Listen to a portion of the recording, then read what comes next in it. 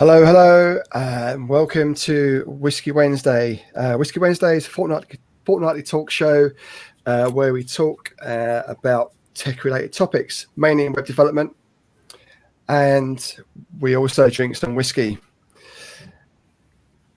This is recorded as a podcast, so if you're listening on one of the services such as Apple Podcasts, Spotify, or Pocket Casts, thank you, and please remember to leave a review. As this is a live broadcast on YouTube, I'll be answering questions from anyone in the chat, so come in and say hi. Let's just say hi to everyone. Today we've got on the show Annie and Cass, and also Jay, who's coming as a last-minute stand-in for us. Thanks, Jay. So that's introductions out of the way. Just going to hand over to Mark, and then we can get started. Yes, hello everyone. Thanks for joining. This will be a challenging episode because we are going to put it in a podcast later, but it's a very visual thing. So if you want to show something, we have to describe it, which is interesting, but maybe it doesn't come that far. Maybe we can describe it without showing something. So just everyone, how did you get started with CSS? What's your, how did that relationship get started? You're all a little bit experienced, especially some in CSS art. And I'd like to know how all of that started. Cass? Oh, yeah. So with the CSS art, it was just, I saw Ellie's and I thought her stuff was really neat and I just wanted to try that. CSS in general, I guess just when I started learning HTML, but the CSS art is where it really all just kind of took off. Okay. Jay, what's your relationship? With CSS art in particular, just like drawing things with CSS. I mean, because that still goes quite a way back. But I guess the first kind of realistic or, I don't know, accurate kind of stuff. I did like a Bojack Horseman, quite a while ago. That's one of the ones that jumps out initially. But I guess like animations and like loading spinners is probably where I started. And then there was a phase where a lot of people were doing like TV kind of characters and doing them in CSS. And I must have been watching Bojack Horseman at the time. So that was the one I did. So Cool. For me, I studied like web design at uni, but the whole CSS thing started. Then I did a bootcamp not too long ago. I graduated just last summer, so just over a year ago now. And the CSS art, same as Cass, really. I started 100 Days of Code on Twitter, and I was doing, all my JavaScript stuff. And then suddenly, Ali was just doing all these beautiful CSS art stuff. I'm like, I have no idea how to do this. Like, I can center a div and all that kind of stuff, but I actually didn't know how to make an image with CSS. So I thought, okay, I'm gonna just jump in, give it a go, and I was a designer previously, so it kind of all just worked together, and I really like it. I learned a lot about gradients and everything. So yeah, that's how I started. It was just based on doing 100 Days of Code and seeing what everybody, being inspired by other people on Twitter and all the content they were making. Okay, yeah, cool. I think Jay's a good source of that for the moment, isn't he? Yeah. For any sort of CSS inspiration. Yeah. So it's not all CSS. I have a different relationship with CSS. Everyone who's listening or watching, I'm not a CSS not a fan or not very gifted.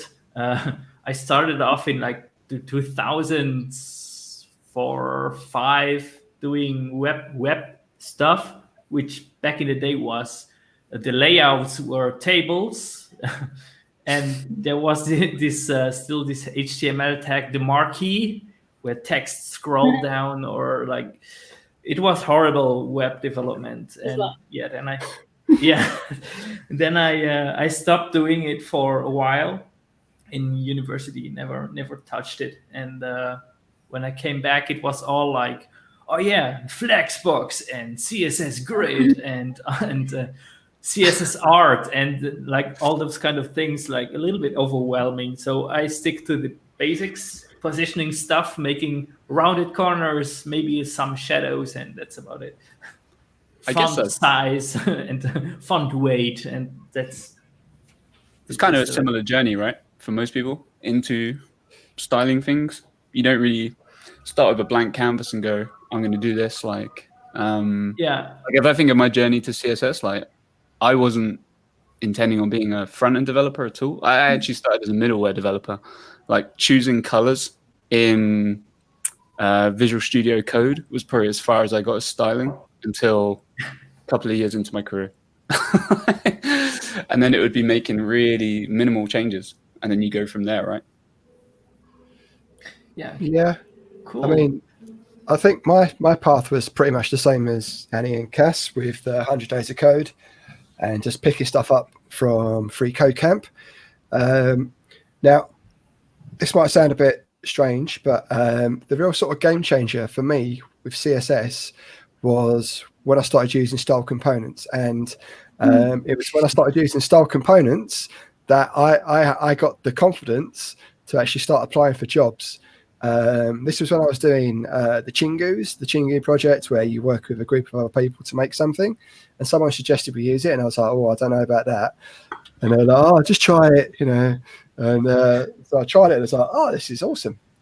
And I just got a lot more confident with CSS using it in a component-based way, rather than just having it in one big file and sort of assigning IDs out of that. So, and I still love CSS, style components to this day, but I do use other libraries as well. But yeah, I mean, if it wasn't for that, I wouldn't have, I wouldn't be where I am today, really. So, I'm just waiting for you to shoehorn Gatsby into this conversation.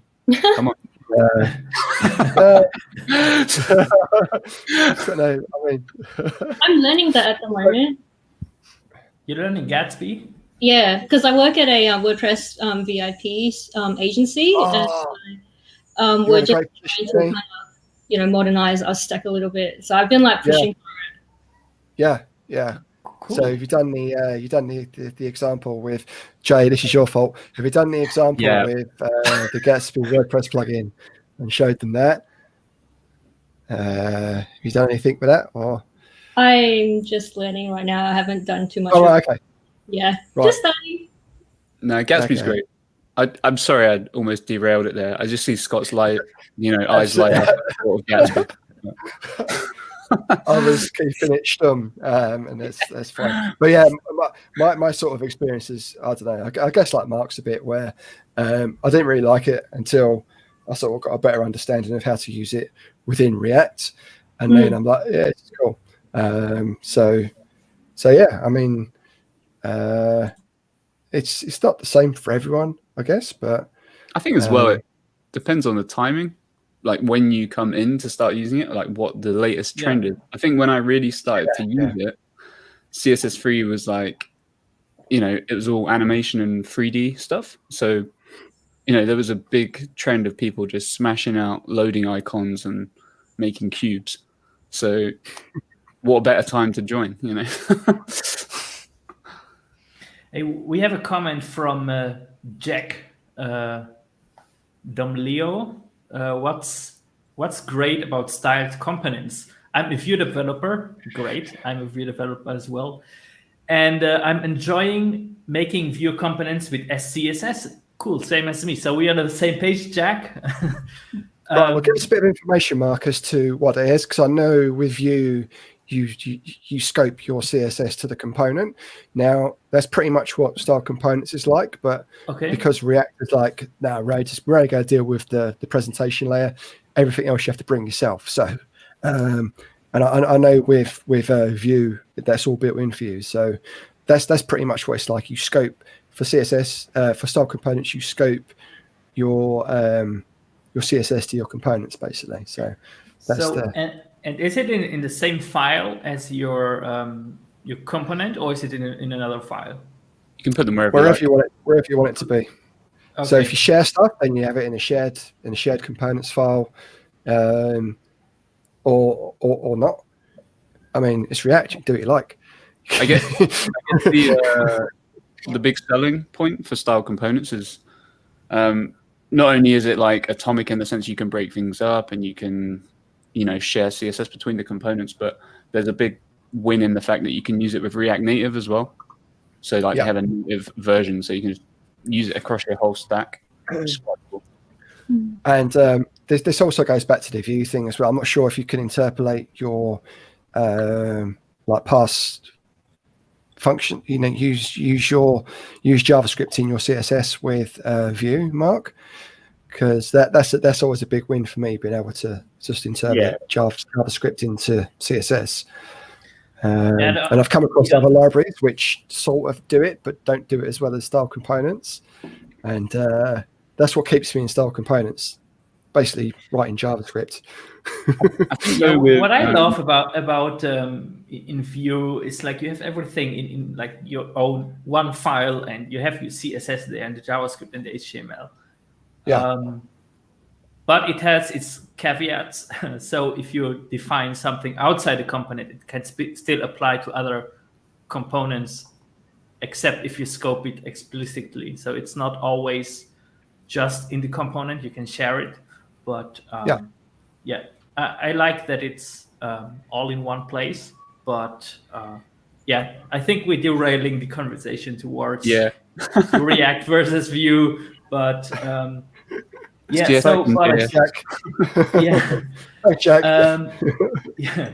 Jack mentioned SCSS. What are your thoughts on that?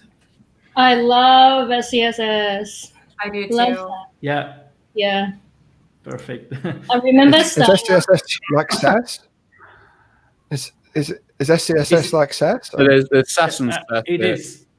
The syntax flavors. One allows you to be more indent based, and you can just, all the brackets and things are optional, which leans more towards stylus, which is the one I tend to use.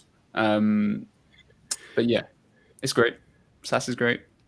With CSS variables though, I mean, reaching for the preprocessors, mainly probably mixins and for loops and stuff. So. Yeah, you see, this is the thing where I get a bit lost with that sort of stuff. When I was just starting out, there was Sass and less, and there was always talk about pre and post processors. Mm-hmm. And I was like, well, which one? Do we use a pre or a post or both? Or and I could never really find any sort of good documentation on it. So I just like to keep it as simple as possible, which. Yeah, I mean that's the extent of my CSS. Is just centering something. So I'm hoping I can learn a bit more here. Yeah. So what's the difference between a pre and a post processor? Like I don't really. I'm not that far into CSS and all the ecosystem. Does anyone?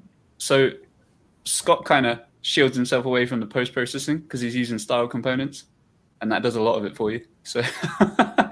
So things like auto prefixing is probably the biggest example. So if you did that's what it's great for. That so if you did like a transform, like CSS3 transforms or animations, it will do the vendor prefixing for you. So you could use like post CSS for that, but some of the CSS and JS solutions will do it for you out of the box. So you're completely abstracted away from it. So you don't really have to think about it. Which is kind of neat. So it's all the modern CSS stuff sort of done for you, isn't it? Really? Yeah. You don't have to... like minifications and other things you can obviously patch on, I guess. But that's the main one, I guess, that springs to mind. Has anyone used a different one or any other kind of? Is there anything else that springs to mind for people or? There's a blank look on everyone's face. I think this is a good time because Jay's taking a swig. to do a drink check because we haven't done one yet, and it's 15 minutes in. So, Mark, you've got some new sponsors for this week's show. Care to share? Yeah, unfortunately not sponsors, but I'm drinking this, and I always have to read how it's pronounced. They say it in the back. It's called Bunhavanaven, written like this and called Bunhavanaven, 18 years. Is that whiskey, yeah? That's a whiskey, yeah. I loved the 12-year-old. I had it before, and I tried the 18-year-old. I haven't tried it before, but it's amazing. Better than the 12-year-old, weirdly, because usually it's a little bit the other way around for me. And maybe later, I have this weird bottle of whiskey, the Glenlivet, and this bottle looks huge, right? It's 1 liter bottle of whiskey, which I found weird.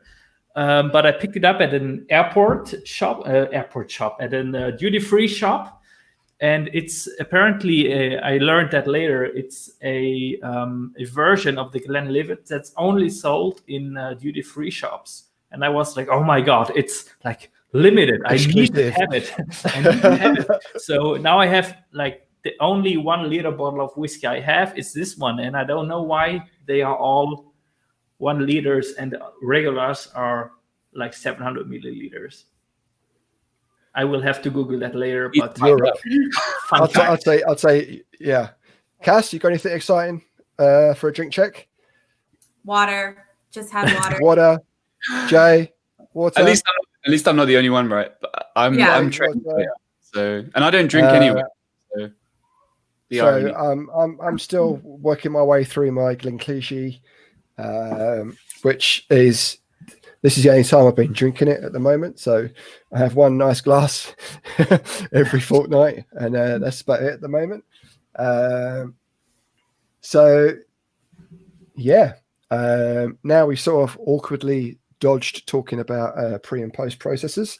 Should we move on to the next question? I'm joking, Jay. I'm joking. Let's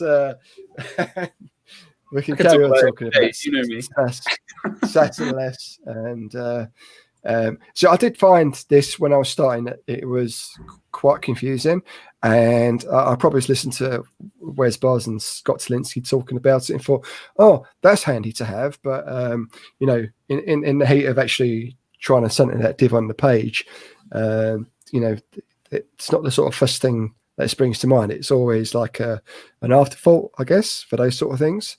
Well, for post processors, I guess. So for like Sass, and what was this? You said you liked using Stylus. I think I used Stylus before, and I quite liked it as well. You had to do some indentations and stuff. Oh, hey, Annie's back. Annie, quick drink check. Yay! I missed everything. The connection. We just did a drink check. Uh-oh. Okay. Annie, looks like Annie's gone again. So, yeah. Opinions, Cass. On what did you think about pre and post processes, or are you of the time where that sort of thing wasn't much of an issue anymore? I mean, right now for what I do, I just use Sass. Like, that's it. Yeah. I quite like Sass. But now you've got CSS Variables. Is there much of a need for it anymore? What else do you get with Sass? I mean, I need to jump more into like CSS Variables because I'm just so used to Sass that like I hate change. So I'm just taking my little box until I have CSS Variables are cool. I think I learned about them when doing like a dark theme for my site, and I just set all of those up front. We could come on to that later, I guess, because I think we've got dark and light theme in the list of topics. So what else does it offer on top of that, Jay?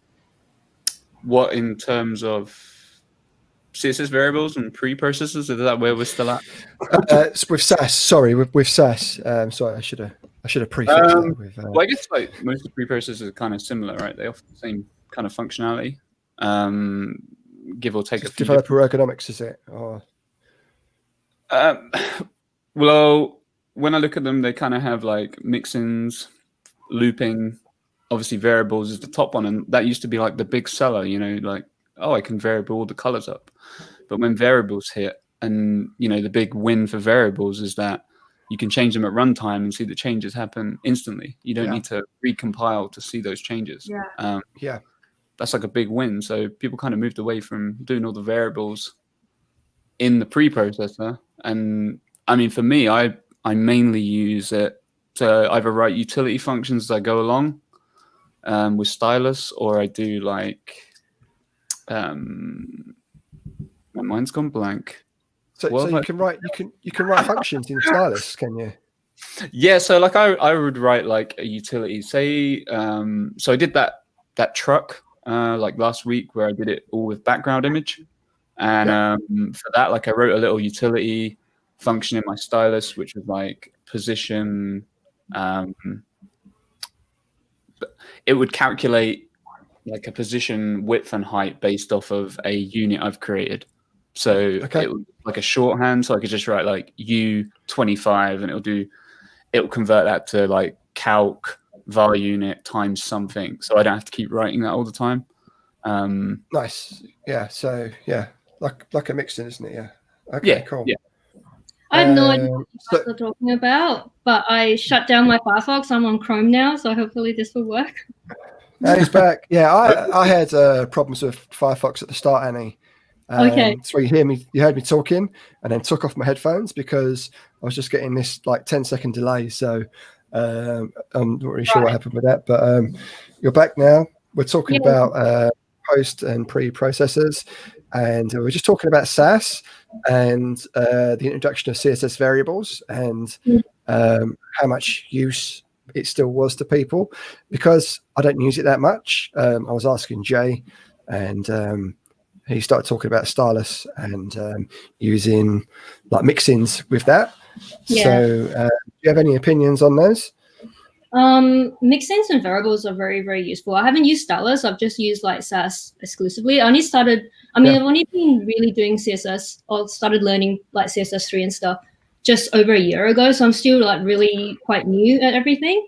But what I really like about Sass in general is like not only like the vendor prefixes as Jay mentioned, but also just using it with BEM and like the way you can structure your code to keep it dry, like structure your CSS. That's been like a really like I used BEM before, like I learned it, but until I used it with CSS, I didn't understand how useful it was until I did that, and that was a really nice point. That's a really good one. Like I take that for granted.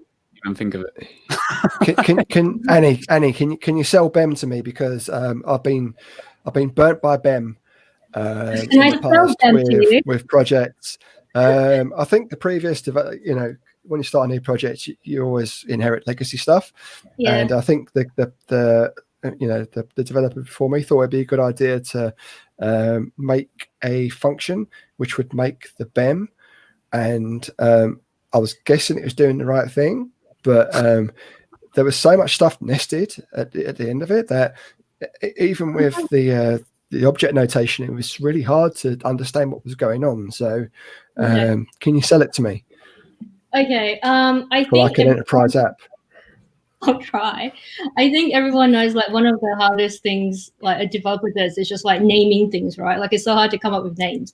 And so BEM helps with that, because BEM is like block element modifier. So you have like your core block, and then you have your element. So like a block could be like container, your element could be text or something, and then your modifier, which would be like large or small. So it's very useful to think of it. Oh, right, okay. Yeah, it works. And honestly, I'm not sure if I'm doing it correctly. I'm just kind of making it up like my own way, but it seems to be working. What I had to deal with was just very long class names, which didn't really make much sense. Yeah. But what you're saying makes a lot of sense. So that doesn't it sound works good. really well when you're using it with Sass. And I try not to nest like with CSS in general. As a general rule, I try not to nest within like 3 levels of inception, 3 levels deep. So that's a really good way to do it. What Jack says. Yeah. What Jack. Yeah. Yeah. Underscore. I think that was hyphen, hyphen. Done. So then you know exactly what it's relating to, don't you? And I think what I was looking at would be like six nestings, and it was really tough to debug what was going on with it. But I guess that again leads to just being disciplined about how you do your CSS, and not leaving it to a function just to churn out the class names. So there's that's your fault, JavaScript. Stop it. Like a component, right? So if you thought of it like a style component, not to go back on that, but that's how you can approach them. Yeah,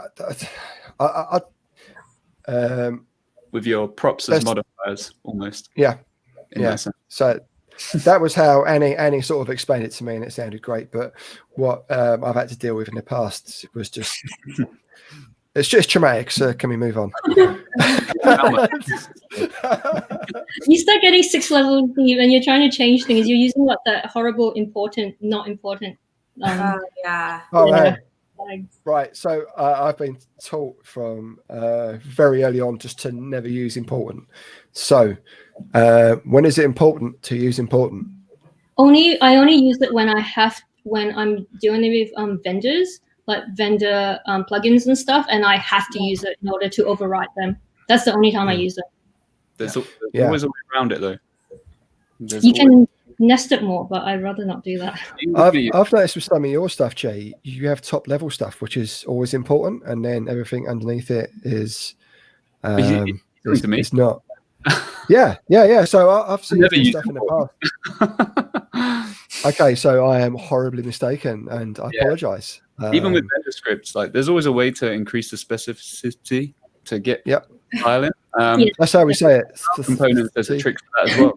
Going back to it, with style component, you use double ampersand, and it'll increase the specificity to make your style. Oh, really? Yeah, little trick for you.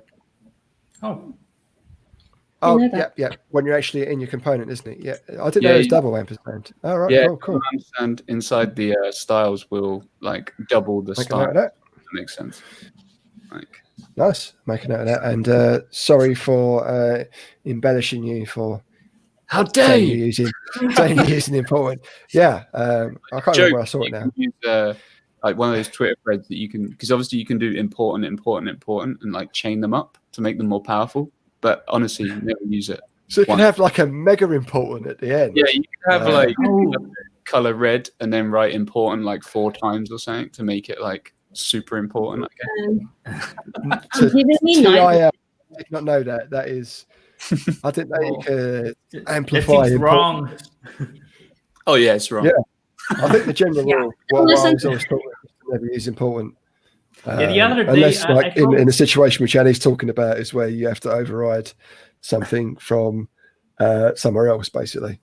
Yeah. The other day, I wrote a tweet about that today I had to use, or I used important. What happens next? And people like went crazy, wow, how could you like?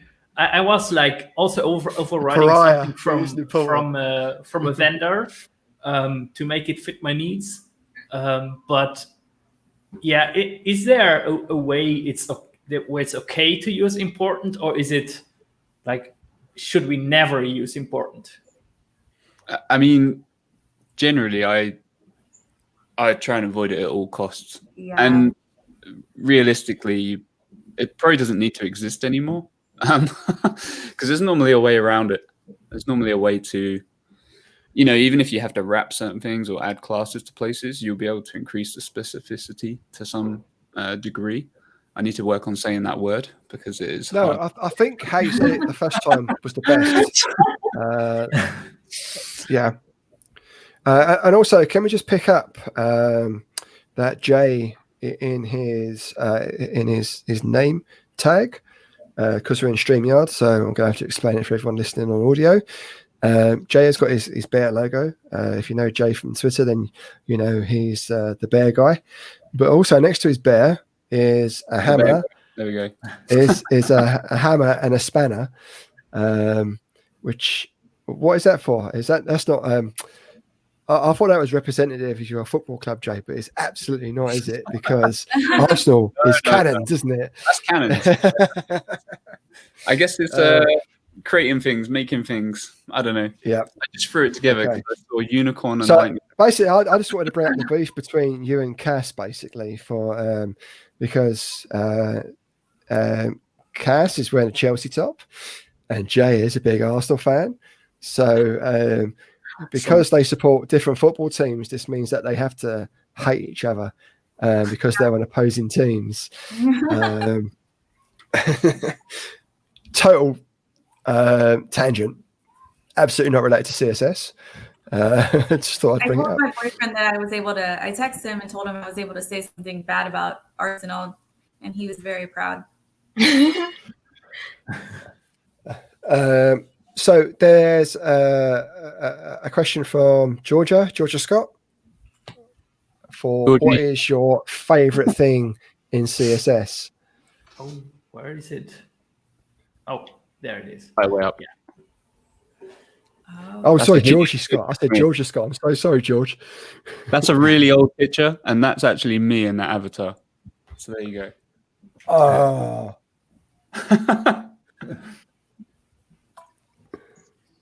Just the baby beard Jay. Yeah, that's like 6 years ago. Have you shaved since, Jay? Jay, do you think if you shave your beard off, you'll lose all your CSS powers? Do you think if you just you have a shave, you won't know CSS anymore? It's happened by accident before, and it was I have the photos, and it was I accidentally like grabbed the clippers, was like, oh, just do that bit, and accidentally did a strip up the middle. So yeah. Oh, no. Nice. So what's the favorite thing you created in using CSS? I think for me it would be hard to say because all I do is positioning stuff. I really like gradients, and if you look at my site, scottspence.com, you can see some of the links in there where it was totally ripped off from Chris Biscardi's his site, chrisbiscardi.com, but I've used different colors, and I think I got the how it's animated from somewhere else, but basically just the gradient animation and just having that as a clip, as a background clip. Just so you can have a nice gradient running across something. It's pretty cool. And also neomorphism, box shadows to make stuff look cool in box shadow. Right. So I said neomorphism, and Jay started shaking his head vigorously. So neomorphism is basically just box shadows to make things look textured. So I quite like box shadows.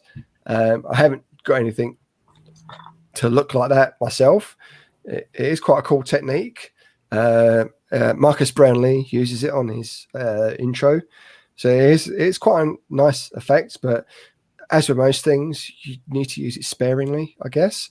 But I think for me, the most recent thing I've done, it would be like using a clip effect on some text with a gradient background. Anyone else? I think. Oh, go on, Cass. Oh, for favorite things that I've done, I think it was the Xbox remote CSS drawing. That one was like so. Says the gamer addict. Yeah. But it just took so long, and it was so frustrating to make. But at the end, it just works, and I love it. Like it's probably that was your baby for a long time. That's why I like coding. Just the toil of doing something, banging your head against something for hours on end just to get that. It works at the end. So exactly. What was it? It was with a controller you do stuff, or is it like with the Connect? Can I? Let me see. You can share your screen. We'll have to describe what's going on for the people who can't see. I remember it. It was good. Yeah, you can share your screen, and we will narrate it. What happens? Okay. I don't know how to share my screen. Oh, just kidding. Meanwhile, does someone have a dad joke to fill the silence? A bad joke. A dad joke. Same difference, I guess, isn't it? It's the same difference. Yeah. Bad joke, dad joke is. A good dad joke. I'm also So- blank. That's the remote there. Oh, we don't see your screen. Oh, you don't. Oh, just kidding. Okay. So this is 2020 life. And I notice I start every Teams call with how do I do this? How do I do that? Cool. This is cool. Okay, now we see an Xbox controller that Cass made in CSS, shared in CodePen. That's the CodePen, exactly. Yeah. So that's pretty cool. So this is just a ton of. Can you talk us through using it? Like a ridiculous amount of lines. Whoa. Yeah. Okay, there are like 1,000. 1,000 lines of code, or more than 1,200 lines of code almost. Yeah. Is it a single And div wow. project or is it a? No, there's no way I could have done that. I had to. Yeah. Oh, it's not much. It's not much markup. No. It's like 6-7 elements. It's cool. Yeah, and then everything is pretty much just a background and gradients. It's all just gradients.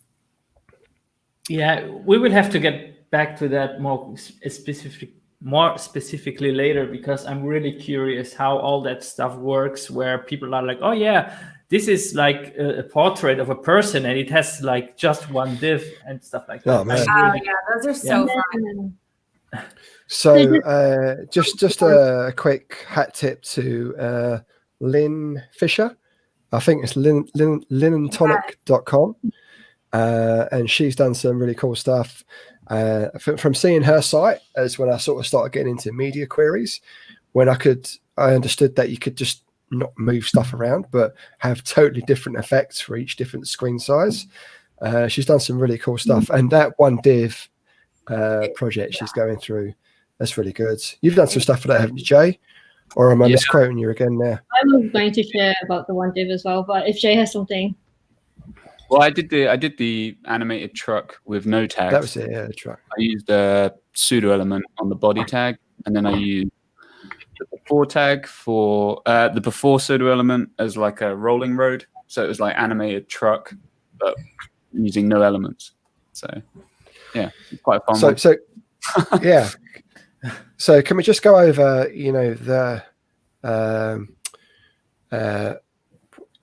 what goes into making that thing? So you said you've used the before and the before and the after pseudo elements to do that.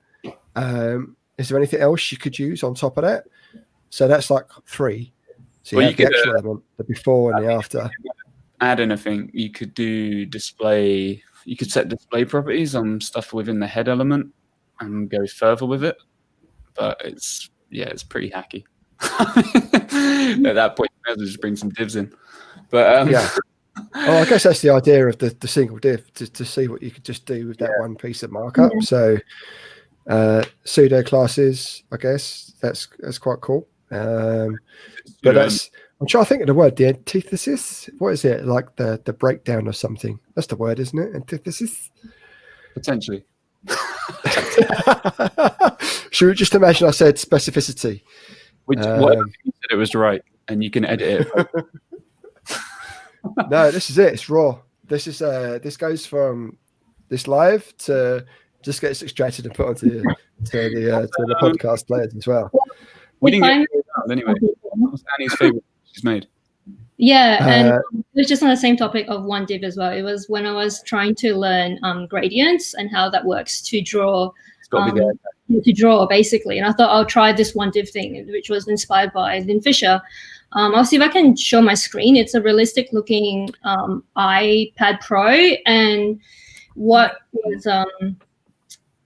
is different about it is that I made the front and the back with just one div, and even better, it is responsive as well, which I'm quite happy with.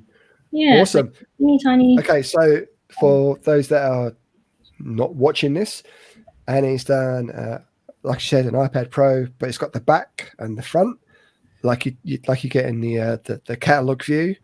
So it looks awesome, Annie. Thank you. How did you do the gradient image on the actual iPad there? So it's like a cross. It's like what, 4 gradients there? How So I is that learned what you did? That's amazing. it's like layers and layers of gradients. I mean, I hand coded everything, but it did take a while, and because I was learning as I went along. So yeah, lots of like radial gradients and linear gradients, and lots of refactoring as well, because I learned new things as I was working with it. But I'm actually also quite proud of just like the small details. It's hard to see at the top here, but there's just the iPad knobs and yeah, no, it's really good. Could you share a link so everyone could take a look? Yeah, and we'll put it in the show notes for later. That's awesome. How long did you take on that? Okay, so I have something on my my VS Code, what's it called? A plugin? Is that the name? I don't remember. Anyway, it tracks my hours, how long I spent in VS Code. So it tracked 19 time. Oh. Pardon me? Is it Whacker time? There's No, Whacker time and there's Code time. There's it's two, Whacker which time. are really good. Yeah.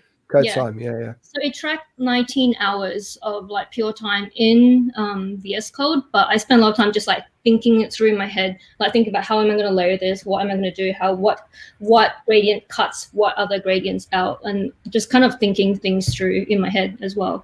So yeah, 19 hours of code time, and I don't know how many extra hours on top of that, just like learning and going through things in my head. And How many hours it kept you awake at night? yeah. Because this was your first I know one, the right? feeling. This was my first one. Yeah, this was the first time What? I've done a work with gradients, and yeah, so I was pretty happy with it.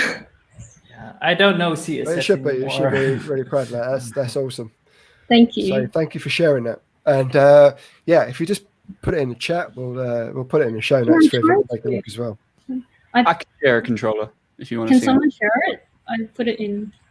I'm not able to Yeah, explain anything. It's in the private chat, yes. We will add it to the description later. I can do a little share Later. if it's my turn. Is that cool?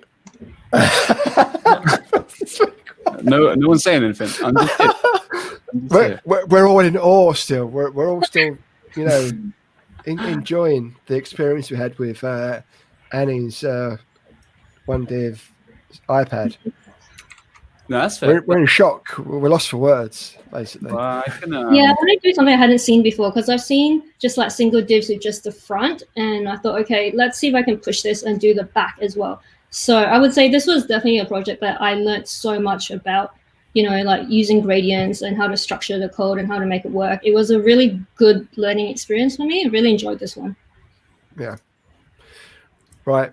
Come on in, Jay. my turn. Hit it. This doesn't lend very well for the podcast, because we have to sort of narrate everything which we're being shown. So I think it's good to talk about the technology on div CSS. Is that working? I think it's working. So here's a CSS. Do you want to I guess I can walk through what we can see. No, So that's yeah. Please do.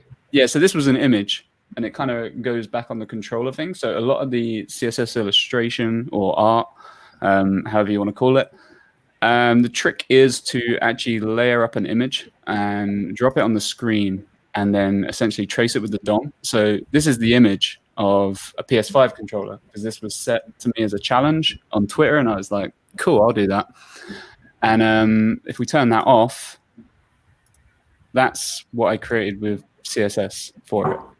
So, Hang on. So let's just go back to these two checkboxes. So these checkboxes are the actual image, and then you checking those checkboxes is what is this a one div?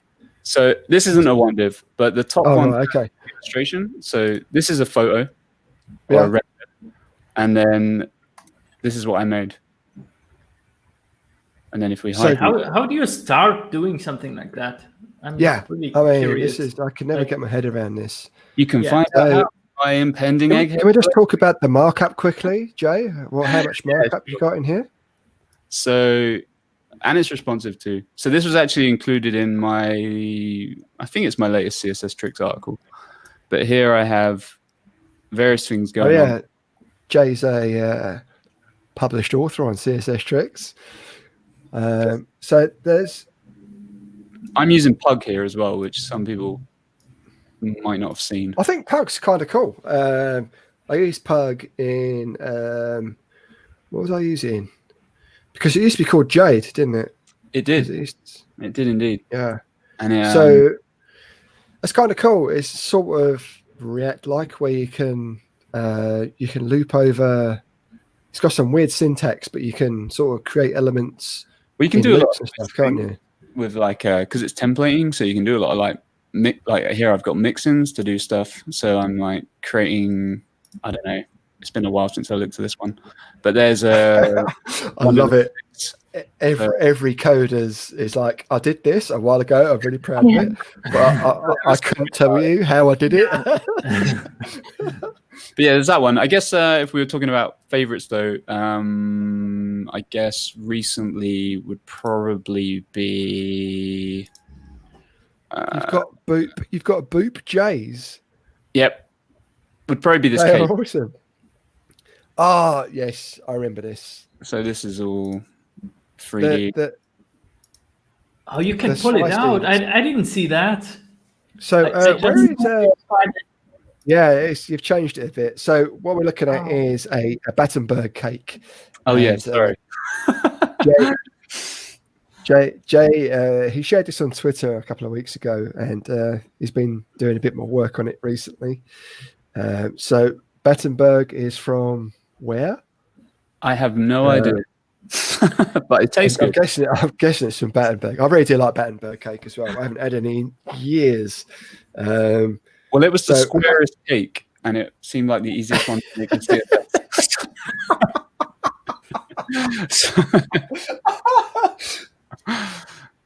But yeah, that's like, I guess.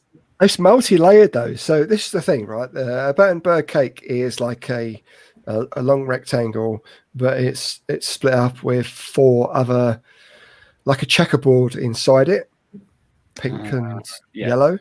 So how did you get to that point where talk us through it, Jay, please, come on. So I wanted to do some 3D kind of stuff, but I wanted to see how easy it was to just make a mixin for the 3D. So here I have a mixin for cube in the HTML. Is that the bit where the cake lifts up as you scroll, as you hover the mouse across it? Everything in the illustration is a cube. So like the plate's a cube, every slice is a cube. And then when you say a cube, do you mean something in it's G-Snap like, or? Well, if you see the markup here, I have like, so everything is kind of tricky to explain because obviously everything's a label element containing, and it should be spanned, but it's divs. Everything's a label element containing 6 divs, which act as the sides to the cube. And then each side and the dimensions are powered by CSS variables. So when I say, create this slice, it will be like a certain width, height, and depth. And then so this is pure CSS, right? Yeah. I mean, I can see in the 3 panels, but yeah, there's nothing in the JS panel. So when I was saying, is it GSAP? It's not. Oh GSAP, no, it's sorry, just, I missed that. I didn't hear. No GSAP in here. It's just all. It's only 400 lines of CSS. I mean, it's not too much. Not too much.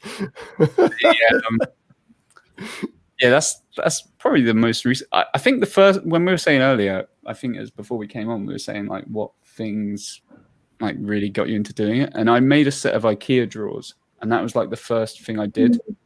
And it had like, you opened them and it said like CSS is awesome in the drawers. And that was probably one of the first CSS-y kind of things I did aside from loading animations. But I got another one on the way, kind of like this, a bit of a teaser one.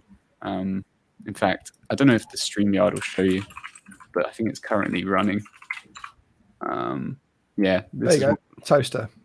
That's what I'm currently messing around. Is that a Pop-Tart? It's a toaster, red toaster with a Red Start toaster. doing acrobatics. Oh, what toaster? Who knows? It's not done yet though, so it'll be on the way.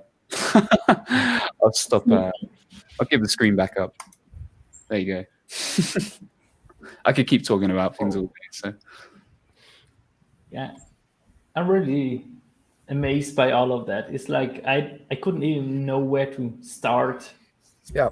Doing something like. Now I know that you use a photo and then you go from there, but I still couldn't know where, how to start. I've got a load of videos on the way about how to do it. Perfect. Yeah, I didn't learn about that photo trick until later, so I was like, So what was that photo trick, by the way, Jay? Could you explain that quickly? Well, I always refer to it when I tell people about it. I refer to it as the tracing technique. But essentially, what you do is find an image of something you want to make, because essentially you're doing this to.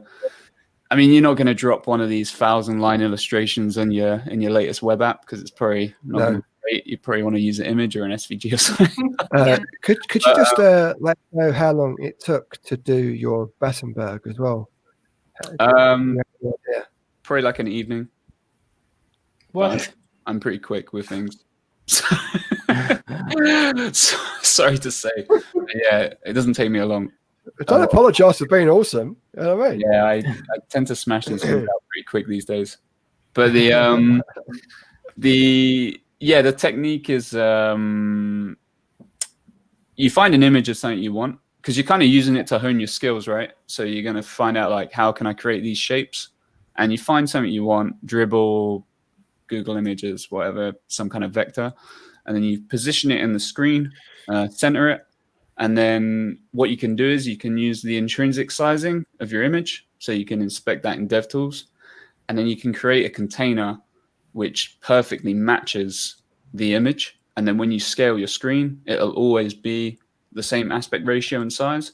And then what you can do is you can start tracing with bits of DOM element to match it up. So you'll end up with a responsive sort of illustration of what you want to create.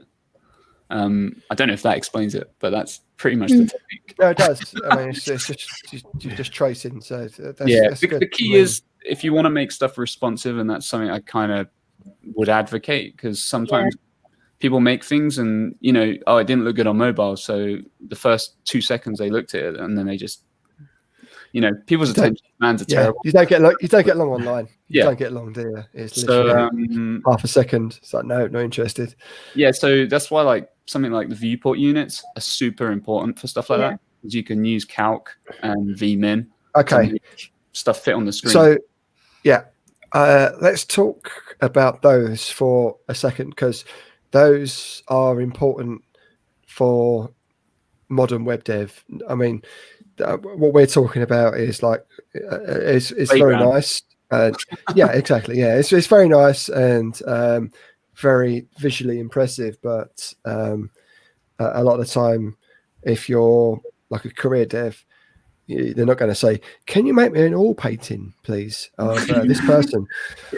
And I'd like you to do it all in CSS. I mean, it is absolutely awesome that those people do that sort of thing, and I really appreciate it. So thank you. Please keep doing that. But for people who are like doing it as the day job, what's the process basically? With viewport units? You went on a tangent. Yeah, you did. I was looking at the show notes. I was looking at the question, and I noticed the question didn't match up to what I actually asked, and I was just totally lost. So I thought I'd try and blag it, but obviously Jay caught me out good and proper there. So viewport units, but also things like vertical rhythm, so spacing. I spent a lot of time recently on my own site making sure that the actual reading width of the text didn't go over a certain character length. So there's there's the viewport, view height, view width, but there's also the ch value as well, so you can get stuff not to go over a certain character limit. And I've seen lots of places where they talk about we don't want to go over 65, 75 characters, but I've always found that just having a defined width, if you're looking at a lot of prose, a lot of text, then you don't want to be like moving your head from side to side to try and read stuff. So you try to make it as narrow as possible without making it just look like a really long column. So this is where that sort of thing comes into play, not just with view height, obviously, because a lot of the time you want something to be 100% view height. But I'll stop talking and let the people who actually know what they're talking about pick up from there, I think. So basically what I'm trying to say is that I like to try and keep a lot of prose narrow so the user's not reading stuff, but this is going into like the typography thing as well. Yeah, this is which I'd like to come on to, I'd like to come on to, but I mean, let's just talk about the view width and view height stuff first, and then talk about the ch values as well. Yeah, I'd probably say that kind of leans into design and typography in terms of like actual technical logistics, maybe the word, but like viewport width and viewport height and viewport like min and max. I guess on actual work, I probably wouldn't use a lot of them. I don't use them a lot. They don't come in a lot of the time. Like normally you have like, like it comes back to design. You normally got a set kind of max width on your page content. One thing that's quite interesting as well is like viewport units used to work terribly in iOS. I don't know if that's still the case, but they never used to work the same as everywhere else. Yeah. And now we have like cool stuff that's kind of, it's new. We have like the env stuff to like counter for like notches and stuff on devices. So that's quite interesting as well. What's that? Is it env like .env? Yeah. Let me find a link. MDN. Yeah, I just want to say, like at work, I've never used like Vmax or Vvin. I have like pixels which I use a function to convert to rem. But it's mostly rem and percentages that I use to structure my pages and everything. Shall we quickly cover rems, ems, and px? I'll just give you a bit of. I work with a team, multidiscipline team, and we all have our own opinions on px, rem, and em. And from my opinion, I've always understood that relative what rem is that's what you use. But I've had a guy who I always go to for anything I'm sort of struggling with for CSS. He just says px. Why bother with anything else? Because pixel is just a pixel, it doesn't change, but a relative unit does. And I ignored him and still used rem, but he was quite adamant that I used px. So, I mean, what are your sort of views on those values? Because we know the difference, right? Relative rem is like based off of the base, the parent font size. Oh, it's just the parent. It's not the actual base. Yeah. And then M is based off the parent, right? That's how it works. And then pixels is just pixels. So I guess if you're doing stuff which has to scale up a lot, then relative and whatever the M1 is, they matter. But if you're just doing stuff for certain screen sizes, then it's not a big deal. Is that a fair assumption or not? I still use rems, by the way. But I'm just pulling up my article from 2015 to reference what I actually think. So you've got no opinion now. You've got to see what 2015 Jay has to say about it. 2015 me would have said there's no right or wrong. Don't start sizing elements on the page using rem, but for typography, they can take some of the heavy lifting away. There we go. But yeah, pixel for sizing. A good book on this, doing like sizing scales. I probably share this one every week. Refactoring UI.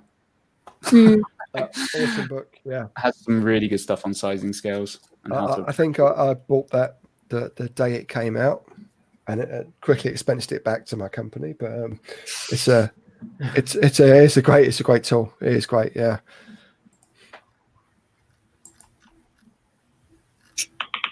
So that was an uncomfortable silence. Should we move on to another question? I think Cass had a question. Right. She said like she gets asked, and for people who are interested in CSS art, like what common properties are used. Oh yeah, we did get that a lot. Yeah. So Cass, if you wanted to share that.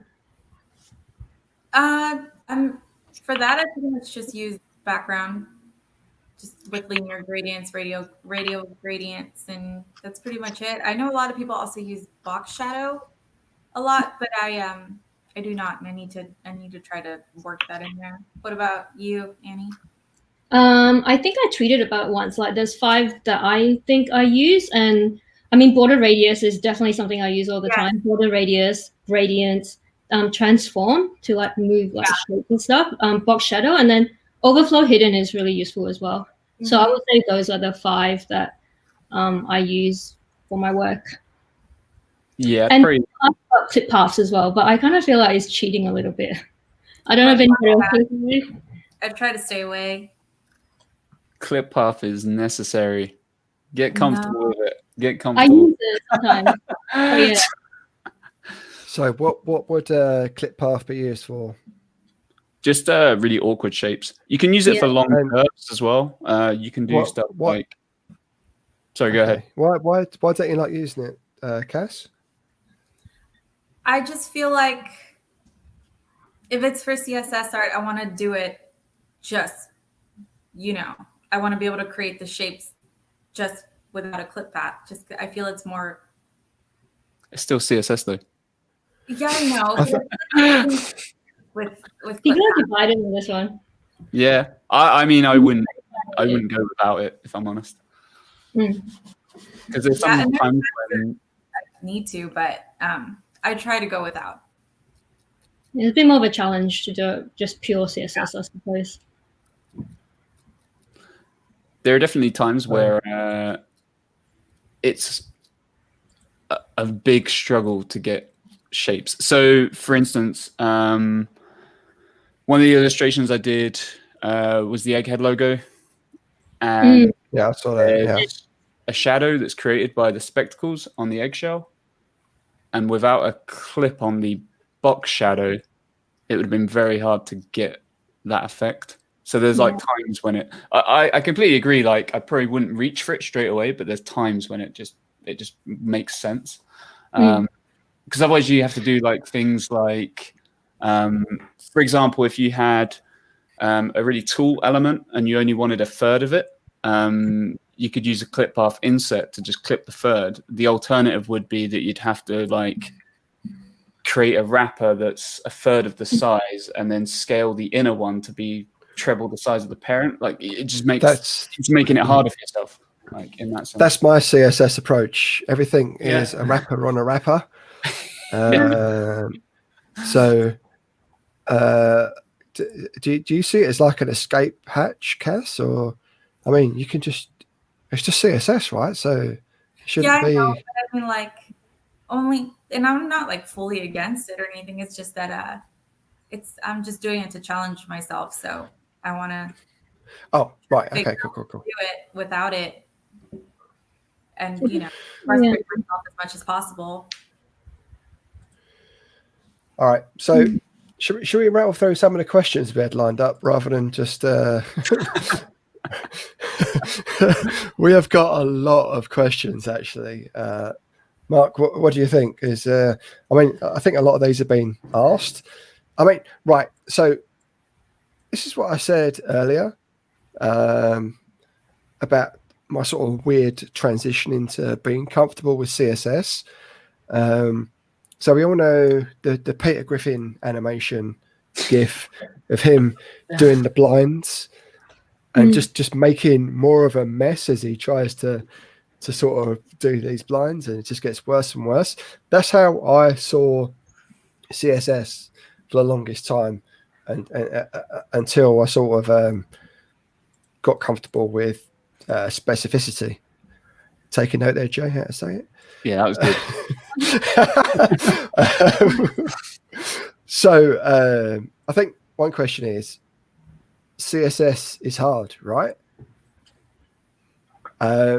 So that there's a lot of controversy in that, I guess, because I personally think it's hard. I struggle with it all the time. There's a lot of people that are just going, "Oh, it's just markup. It's just it's just what you tell the it's just what you tell the browser to do. It's easy," but it's not. And I can get by with it, and I understand it, but I do struggle with it, and is that a fair question, especially for people just getting into it now? You always say these things. It's like, oh, learned HTML last week, going to learn CSS this week. Next week I'll conquer JavaScript, and I'll be a full-time web developer in 3 weeks, no problem. CSS was one of the things which was just like knocked me sideways, because I sort of understood the other parts, but CSS was just there's a lot to it. So do you think it's hard? Yes or no? That's all you can say. Is CSS hard? I'll say yes. I'll go yes. I say yes. No, I'm joking. I mean, it's no, it's fine. No, you said one word answers. That's it. It's done now. All right, let's move on. I think part of the reason it's hard is because I'm a front end developer, so a lot of the bugs that I do on a regular basis at work is dealing with front end bugs that is caused by CSS. And at work, unfortunately, I also have to deal with Internet Explorer because we still support it. So that's on a whole nother level as well. A lot of Jay's going yay, but I'm not sure why. but yeah, browser pain. Yeah, I think it's just and especially on Internet Explorer. But yeah, one of the ones that come up a lot is horizontal scroll is really annoying. And I find I don't mind Internet Explorer that much. Sometimes the way I think of it, because it wants you to be quite explicit with certain things, it won't accept certain things. So in dealing with Internet Explorer, I feel personally my CSS code has become a lot more explicit and cleaner, because there's a lot of things that don't work in IE if you're not. So that's been good in that sense. But I think a lot of people have trouble with it because they don't understand, Scott, like you said, cascading, the way the code cascades, and if people nest things too deeply, it's just a mess. It's really horrifying. But yeah, just a combination of those, of code not written very well, not understanding it. It seems very simple. It's one of those things that seem really simple, but as you dive deeper and you're doing more complex stuff, it's actually a lot more under the hood, and you just get so many bugs. Well, that's the majority of front end bugs, I think. It comes from CSS. You could definitely lean into. Sorry, what were you going to say? I can hold my. Neck. No, I was going to say, I'm sorry to interrupt, but before we talk to, also after we've heard from Cass, Annie, I'd like to know some common things with browser incompatibility between IE and, let's just say, Chrome. But we'll come back to that after we've heard from Cass and Mark and Jay. Yeah, so I think that's a good one to cover, because that totally took me for 6. I would group it all in. I had to do it for a project. So on if CSS is hard, or I missed a few of that. Sorry, I will stop talking so fast. So what I was saying is that I'm sorry to interrupt. I think you were finished talking anyway, so I think we're going to move on to Cass and her opinions on is CSS hard. But I would like to come back to you and just talk about, you, Annie, and talk about sort of gotchas with IE over the rest of the modern browser stack, if that's all right. But I don't want to disrupt the flow too much, so I want to be quiet. I think CSS is hard, and initially it looks like Yeah, just a very quick one. A quick tip that I learned recently is No, carry on, Annie. Carry on. So I think the there's a bit of a connections lag. of it. Yeah. Okay, I was going to say, so very quickly, one thing that really that I found is one of them unset, like CSS. I mean, Internet Explorer doesn't recognize the verb unset, basically. So if you're going, for example, like instead of saying margin 0, you're going margin unset. It doesn't recognize that. So I basically explicitly set all my values for everything instead of using something like unset. So there's just little properties like that Internet Explorer doesn't recognize. So that's a quick gotcha. Yeah, it's kind of that I'll point out. It's very interesting. I think like Over to that question is quite a loaded one, because like CSS is hard, but then as the actual language of doing things, like there's two sides to it. So like you're kind of Annie's kind of touching on that side where it's like as a practical like application of it, sometimes it's really hard. And one of the hardest things is browser compatibility with older browsers. Like it's hard to do, and if anyone's used Browser Stack, then like you can spend a lot of time in that. I once joked that I did CSS Grid in IE11 for a client, and I had to do a lot of it in Browser Stack, and I joked like did the like AMA. I've used CSS Grid in prod on IE11, but it's true, like it's really tricky to do, and I guess that kind of relays quite an important point, is like there's nothing that tells you your styles are wrong unless you have some kind of visual snapshot testing or something. But there's never anything like a test that says this is wrong. You know, like in JavaScript, like the app doesn't work. It doesn't work. But like nothing's going to fire up and go, this div isn't quite in the right position. I don't know. Like that kind of makes sense. Yeah. Absolutely. So linting. We need linting for CSS. But linting still doesn't fix it, right? Because I could just say color is blue and what you want color is green, and nothing's going to tell you otherwise unless you've got some kind of automated testing or something, or someone saying it's wrong. Mm-hmm. Okay. Your thoughts, Cass? I mean, it's very subjective, isn't it? I guess, really, CSS. So, is it hard for you, Cass? I mean, it's really hard for me. It's hard, but it's also just, I think it's more fun than it is hard, like trying to figure things out. So I don't look at it like, CSS. It's just more like, oh, okay, CSS. How do we do this?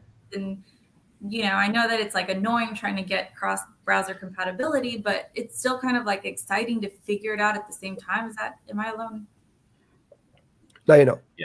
Absolutely not. I think that's one of the joys of it as well, is just figuring stuff out. Nope. Yeah, I think there's so much stuff to know in CSS, but you only use like a very small part of it in most cases, except if you do like crazy CSS art. Yeah, I mean, like that's the fun bit as well. Like actual applied work stuff. Like it depends. Like if you have a client that needs like, you know, it tends to be more kind of corporate stuff that maybe like, or, you know, support older browser sets, then that's where it's still, I guess, fun, but it's not as fun because you're trying to support all these older browsers. There's two sides, right? There's work and play. Probably the most annoying part, the browser thing and the different resolutions. They're like, okay, it looks fine in 800 by 600, and then someone comes, oh no, I need it a little bit smaller, and then like, oh my God. So yeah, I think a lot of the questions we had lined up were, I mean, when I talked about typography, because they do sort of all. I mean, all go into one, where we start talking about color schemes and like light and dark mode and things like that. All sort of lend into design as well. So, how much of a like a design skill set do you think you need for CSS? Because if someone just said to me, like for Annie's piece or for Cassie's piece, just said, for this site, I want a pure CSS Xbox controller. I wouldn't know where to start. So, I mean, I've got to reference the questions again to where I started off, because I sort of lost my train of thought now. But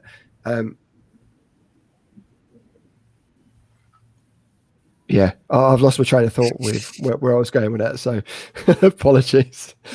Where did I start? Tell me where I started. I think you were talking about how much of a design knowledge about color schemes and positioning and typography you actually need to be good at. Right, just let me go back to the questions and highlight design, so I know what I'm talking about before I start rambling off again. A one-liner was, do you need to be a designer to write CSS? I think that was it. Yeah, that was it condensed down. Probably is what I would have said if I hadn't have had a whiskey and a beer. I mean, I don't think you have to be, but I think it really, really helps. At my job, I can just as easily ask one of the graphic designers to mock something up for me if I'm drawing blank, or I could get really excited, which I usually do, and just try to do it myself. So, I mean, it helps to be designer mind, like design in mind, but I don't think it's absolutely necessary. Yeah, that's exactly where I was going with that question. Thank you, Cass. Good save. Yeah, I think as well, working on the client, that's to do with like user experiences and stuff, and obviously design and like visually what you see in the page. It really helps to have some understanding of design. What's the word I'm looking for? Design principles and everything, like how spacing works and everything. It really helps. I would say you don't need it, but it doesn't help. It doesn't hurt to take a couple of hours to go through like some articles and just read up on it. It's useful. Yeah. So I've always still started getting into front end web. Are we frozen again? No, not frozen. I really enjoyed typography, so I'd see a font and I'd go, oh, that is this font or that is that font. So if you recognize the font, then it's like, yeah. So you're thinking, you have that, where that font is used, and I don't know. Fun. I mean, you just get a feel for what fonts to be used where, which I guess is a design thing, right? Yeah. Do any of you guys know who Cassidy Williams is? Cassie Do on Twitter. She shared something recently about Cooper Black, the font, where this font is just used across everything from like the the 60s up until now. And it's a very popular font, and I know it's got nothing to do with CSS apart from how you would load it, I guess. But this comes to the design, typography, CSS thing. So do you have like favorite ways to load fonts, use fonts? Are you like specific about what you want to use where, or you just put in anything? Just think, okay, we'll just put in Roberto Black there for a header, and then Roboto mono for some mono text, or do you like particularly think about sorry, Annie's is that your cat or your dog, Annie? just took up the whole shot there. Brilliant. I mean, I guess seeing that was a lot more interesting. It's your cat. That is one big cat. I guess it's a lot more interesting than hear me try to sound reasonable about what I'm talking about with fonts. I think so. What I try to say is like, everyone's just being quiet and just letting me ramble. Stop me. stop me from doing it. I think it's because you're going into the realm of design, which is more. I mean, I guess one interesting, exciting area of fonts recently is variable fonts. So that's something you can always touch on.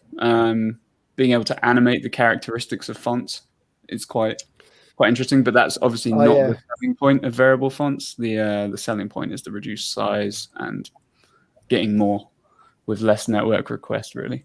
But I did see your post on that with your animated fonts, and that's quite cool. And I think I'll try use some of that with what I've got, because I think, I know that everything I've got on my personal site is all variable fonts now.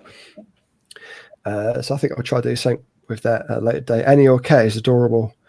Is it a boy or a girl? I don't know where mine are. Annie can't hear me. It's Rufus. His name's Rufus.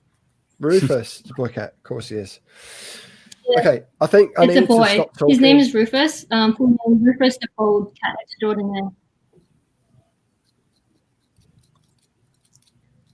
So I'll stop talking and it goes quiet. So I could answer the font question though, because I mean, I yes, use please. fonts a lot, and work we use Adobe their type kit a lot, and I'm really bad at picking fonts. I feel like I sometimes in my code pens I'll like be like, you know, oh, I'm gonna choose these two, and It's then I hard. start typing with it. I'm like, I hate it, and then it's just like an hour later, and I'm like 40 fonts in, and just kind of, you know, so Yeah. yeah. Do you find you've got like a specific set of fonts now you like to use all the time? Yeah, that's like the problem. I don't want to have a specific set. I want to branch out and do new things, and then I hate everything. So it's tough. It's tough. This is the thing. It's just like I hate it all. Yeah, And I hate all of it. probably- And then I go back to, you know, regular whatever, and then I don't even end up using half. So it's a thing. So I mean, this is a design thing again. How do you choose fonts? Yeah, I mean, because I have ones I like, and I just go, right, I'm going to use that. And then for the variable fonts, actually, there's only a specific amount you can choose from Google Fonts. So you just go with what's available at the time. They're okay, but I don't know. You could look at it and think, God, I hate this. This comes to the design thing again, I guess, on how much you have an opinion on what's going in there.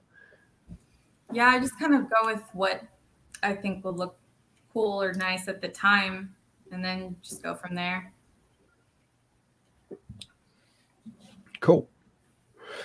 Okay, so let's go back to the for questions. me, when I'm thinking about fonts as well, like fonts convey we use fonts to communicate, like visually.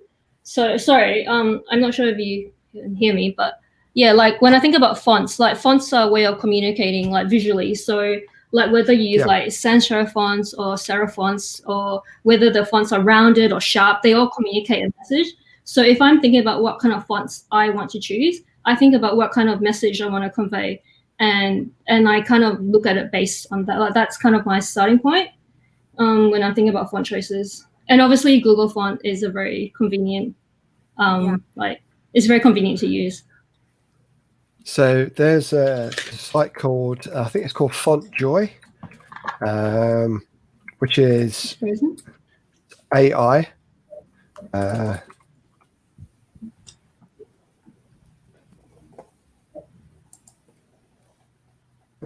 Your font.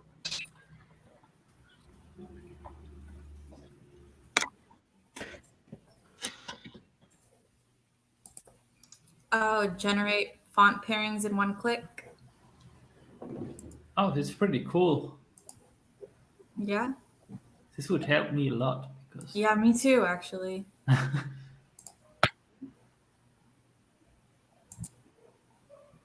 Okay, so fontjoy.com, we can put that in the comments.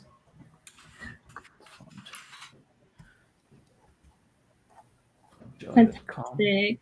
And everybody, I'm really sorry, I do have to get going, but it was really nice chatting with you all. Yeah. Thanks for coming, I hope Annie. I'm not frozen again.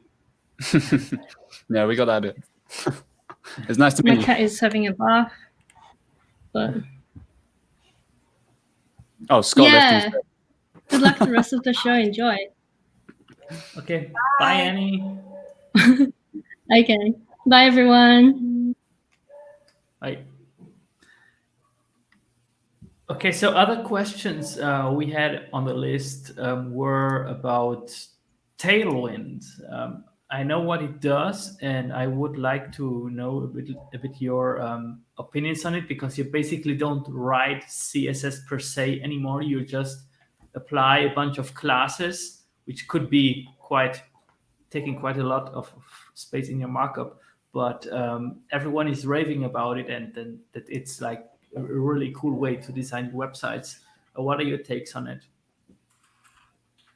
I honestly have not used it yet. I looked it up a little bit before the show. It looks neat. I'd like to try it, but I haven't had a chance to yet. I'm trying to think there was another one, wasn't there? There was something like Tailwind before. I don't think it was Tailwind. It had another name. I can't remember what it was. It was another atomic CSS kind of package. I'm pretty sure there was another one. I'm planning on giving Tailwind a go properly. I've used atomic CSS things in the past and got a little bit stuck when it doesn't quite fit exactly what you want to do, and then I'm kind of like in the gray area of how do I tackle this. But that's probably because I don't know enough about it, and I've got a tight deadline. So that's like my one real experience with it, sort of commercially. But it wasn't Tailwind. I'm pretty sure it was something else. I do really like the idea of atomic CSS. There is a really good CSS in JS package that I worked on previously, which is called Styletron, and that has a neat concept in the sense that you write your styles in JavaScript, but what it does is it outputs it as atomic CSS, which is quite interesting. So like if you had two components that you wrote and then they both use color red or something, it will see that and work out that like, oh, I can create a atomic class, say CR, and just apply it to both of those elements. But it does all that hard part for you. 'Cause I think that's sometimes the trick to atomic solutions is being able to like not the cognitive kind of load or switch, but getting so used to those class names and just being able to pluck them out of your head and do it. Like there's a little bit of friction. I guess once you're really familiar with it, you can just smash it out all the time, like, and you build up your own like list of classes that you'll frequently use, I guess. So yeah, I think it has its learning curve. Like I tried to get started with it, and also like as you got stuck, but I use for project for a client, they use Bootstrap, and they also have some helper classes that are like atomic CSS, like flex display and justify content stuff. But I think when you know all of those or most of those, when you're familiar with it, you can create cool things, with the advantage that you don't destroy your design when you write something else. So it's like when you write your code, it will stay the look of it will stay the same, like because you don't change any CSS. I guess it's nice. Right. It gives you like an accelerated kind of, you can jump straight in, just start writing, and you'll start seeing things. Especially with like the recipes keep seeing online for like Tailwind components or Tailwind UI, I think it's called, and that looks really interesting. Like I'd like to dig in and try it more to give it a proper like go. But the one thing that and I don't know if it's just me, but if I'm doing like React or something and I'm looking inside the render and I'm just seeing like 10 little classes that I just keep, I don't know, something about that for me, I'm just like, oh, I can't look at it. Like, yeah. Maybe it's one of them that's things. what I found for me. it doesn't look clean, but it looks practical. Yeah. Like I would also like to get a little bit more into it, but yeah, it looks so full and so bloated, the markup. Yeah. But there must be, I think it's one of them. We need to investigate it more and explore it. Maybe educate myself on it more, because it's clearly got some value. A lot of people love it, and yeah. And also like Bootstrap. When my client decided, oh yeah, we are going with Bootstrap, and I was like, oh no, again Bootstrap. It will look like any other website on the planet. But okay, what do you guys think about Bootstrap? I later thought like it's pretty neat. Like if you want something, if you want to do something quickly, you can do it quickly. It will look the same, but that could also be an advantage because people will feel familiar with it. What's your take on Bootstrap? It's really fast and easy. So if it's just like a quick landing page, I'll go with Bootstrap every time, because if they just want it like in like a day or two and it's nothing too in depth, then yeah, Bootstrap. I can't remember the last time I used it. So that would be my honest answer. I'm all for it, I guess, but it's one of them. Like if people don't veer too off the styles, you can tell when it's been used. I feel like, I don't know. Material UI is another one, right? That's another big one that people reach for, especially with React. But yeah, I think there's a lot of, the ideal is like a no-styled framework. That's what people like to reach for, right? Something without all the styles, and then just slap on something. Because designs are much more minimal now. Like things are a lot more flat currently. There's no kind of craziness. So, it doesn't tend to be too much to paint, I guess. There's it's like utility stuff, isn't it? So Bootstrap, Tailwind, Theme UI. Those is it Chakra? Is that Chakra UI? Is that like a utility CSS thing as well?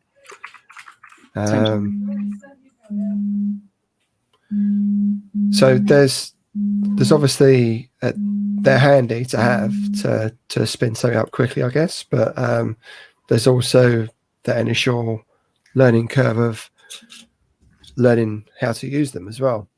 So with Bootstrap and Tailwind, you need to know like PX, PY, all of those, their own sort of classes as well. So we were just saying about Tailwind, and I wouldn't mind giving it a proper shot. And now I've remembered what the name of the framework was that I couldn't remember. It was Tachyons. That was what it was. Oh yeah, Tachyons, yeah. Yeah. So I've not actually used Tailwind yet. Okay. I like Tailwind. There's a good course on Egghead.io from the man himself, Adam Wethen, on how to use it. He goes over a couple of simple use cases and just describes, what Tailwind is and how to use it. It's pretty good. I'll check that one out. Yeah, I'd recommend it. It's really good. And there's also I use all the Tailwind defaults in my projects. I use just so I can just say, font size X or margin this, because it's just everything's at a preset, and it's not this shorthand of PX, PY and things like that, which I think you get in Bootstrap. I'm not sure about Tachyons, but well, I was just saying about atomic solutions. Like I've only used Tachyons properly, and I kind of hit some hurdles with it, but I imagine Tailwind kind of resolves them. But then again, Tailwind's cool. I really like Tailwind. I think Tailwind can. Someone tell me otherwise, but I think you can get your class names you can get quite a lot of class names into like one element, so it could get a bit busy in there. But yeah, it's pretty cool. Yeah, I think we kind of threw our questions, and also Cass has to leave. Also, Thanks, I think Cass. No, Yeah. Cass is here. Yeah, I was Jay thinking as of Annie. well? Sorry. Yeah, I will have Jay- to as well. Yeah. Tight schedules. Okay. Yeah. Okay. So thank both of you for coming. It's been a pleasure. Probably not as much for the podcast people, but yeah. If you listen to the podcast, just watch the YouTube video. It's probably better. Too late to say now, but okay. Yes, and I see you around on Twitter probably. Yeah, thank you. Y'all have a good day. Yeah, thanks for having me. Thanks for coming on, Cass. Thanks for Bye. coming on, Jay. And Nice to meet you. thanks to everyone else tuning in. Well, nice to meet Okay. everyone. Thanks, man. Bye, Yeah. everyone. See you later. Bye-bye. Bye.